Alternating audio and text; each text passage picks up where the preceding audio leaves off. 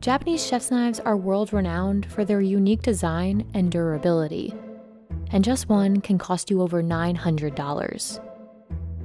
From heating and hammering the metal, to sharpening the knife's edge and polishing the final blade. These are only a few of the skills a Japanese artisan spends a lifetime learning to master. So what makes these knives so coveted? And why are they so expensive?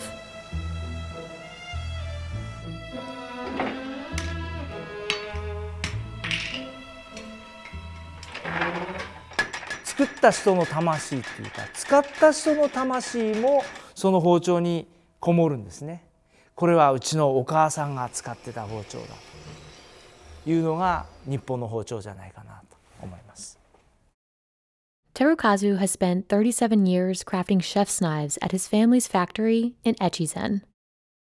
Each one goes through 100 production stages. It's a process that requires over 10 years of practice. 本当に安いものですと今でもスーパーマーケットで、2000円ぐらいで売ってる包丁もあります。でも僕らの作ってる包丁はいまだに僕のおじいさんが作った包丁を研いでくれって持ってくる場合があるんです。もうびっくりしますけども、それぐらい長く使えるんですね。Compared to popular European chef's knives, Japanese blades are lighter and sharper, allowing for more precise cuts. On the low end, most Takamura blades cost a couple $100, but custom-made pieces can sell for 15 times that. One of the most expensive knives produced by the shop sold for $6,900. まず包丁にとって一番大事なことは、大まかに言って3つあります。まずいい材料、次に、いい焼き入れとか熱処理ですね、鍛造熱処理で、最後にいい研ぎ。この3つがないとどれ一つ欠けていても絶対いい包丁にはならない。Takamura Hamono was one of the first knife makers to use a certain kind of stainless steel called high-speed powdered steel. It was originally designed for power tools, like saws and drills, because of its durability and strength, two qualities Japanese chef's knives are known for today.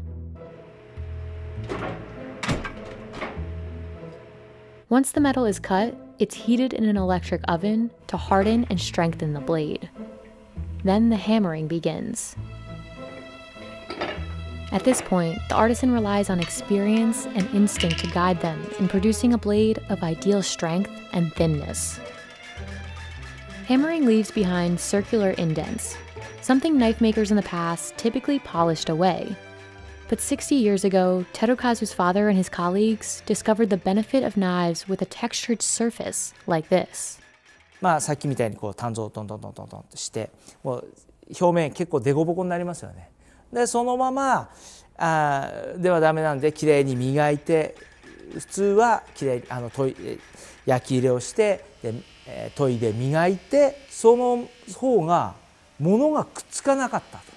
じゃがいもであるとか人参であるとかピタッとくっついてなかなか取れないのに、デコボコだったらポロポロポロポロ取れると。This hammered finish, called tsuchime, allowed chefs to chop ingredients quickly and more efficiently. It also added a beautiful aesthetic to each blade, another element highly valued in Japanese knives. 今世界中でも土目の入った包丁ってやってますよね。But a Japanese chef's knife wouldn't be nearly as valuable without a supremely sharp edge. An artisan presses the blade against a rough grindstone made of natural rock, a sharpening material you'll only see used in Japan. This step distinguishes an artisan's skill and ultimately sets a knife's final value. 手にかかる微妙な力と、あと音と感覚で研いでいくんですけども、そこは一丁ずつやっぱり違ってくるし、砥石の状態も一丁研いだら変わってくるんですね。一丁ずつ変わってくる。叩き3年、叩きって言うんですね。作業をこっちの手で叩く。叩き3年で研ぎは一生。まあずっと勉強だと。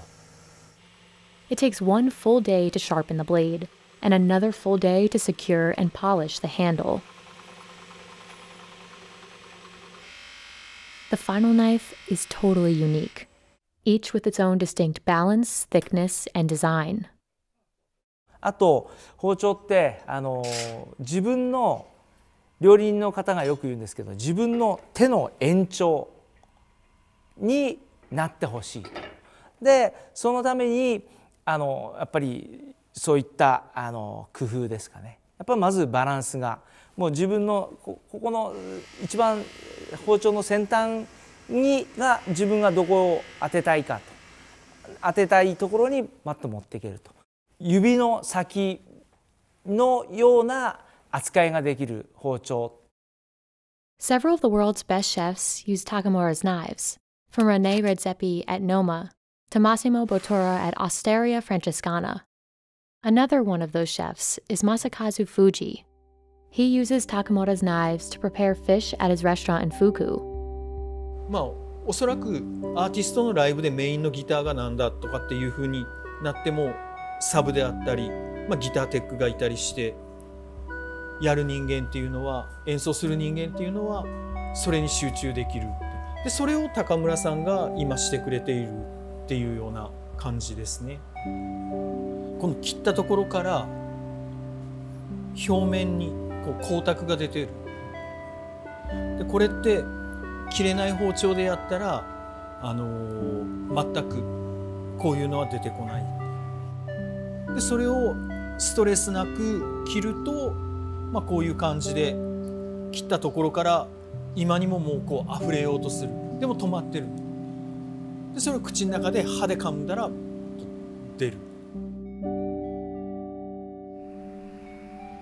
Echizen has been the center of high-quality knife making since blacksmiths began crafting chef's knives here 700 years ago. And today the city is internationally recognized for its cutlery production. But before knives, artisans made swords, another valuable trade in Japanese culture. ところが日本の刀って細いですよね。なぜ折れないかっていうと、真ん中に柔らかい鉄が入ってるんです。そして外側に硬い鋼で覆っていると、二重構造になってるんで折れないんですね。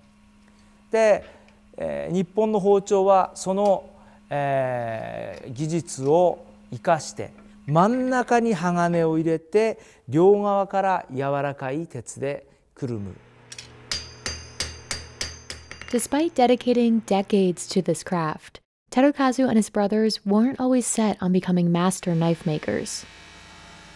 弟もその一番下の弟も3人ともこの仕事をやってるんですけども、この仕事をやりたいとか、これ僕なんかだったらロック歌手になりたいとか、弟だったらオートバイのレーサーになりたいとか、やっぱり、ある程度の年代が来て本当に自分の今までの僕が育ってきたこの背景とか、そういったあと自分がうちが作ってるこの包丁とかをこう見ていくと、やっぱり俺はこれをやるべきなんやな、これをやらなあかんのやなというのと、やっぱこれをやりたいなという気持ちがやっぱり出てくるので。Professional chef or not, getting your hands on one of Takamura's knives could take years. With that kind of wait time, coupled with the decades of training required to master this craft, it's likely these pieces will remain costly for years to come. そうですね、やっぱり、本当にこういう価値のある、もちろん時間もかかるわけですから、本当に申し訳ないんですけども、やっぱり、2年半とかそれくらい待っていただいた方も、おられます。